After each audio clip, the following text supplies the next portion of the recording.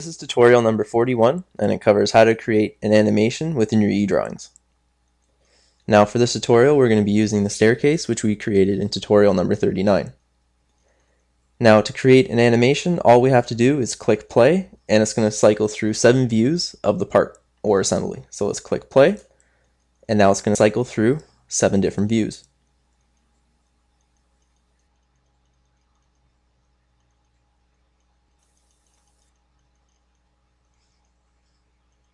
Now, if there was a certain order that we wanted these views to appear in, all we have to do is click stop, click the recorder views, and we can move these views into whichever order that we want.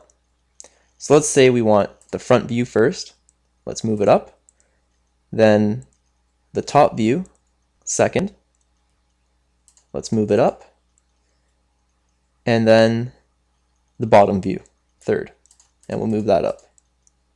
So now, when we click play, it's going to go down this order. So let's click play.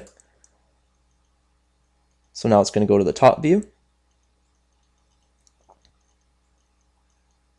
And then after the top view, it's going to go to the bottom view. And then the isometric, the right, the back, the left.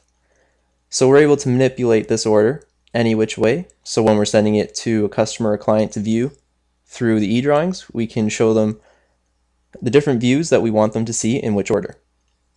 And that concludes our tutorial on how to create an animation within the eDrawings.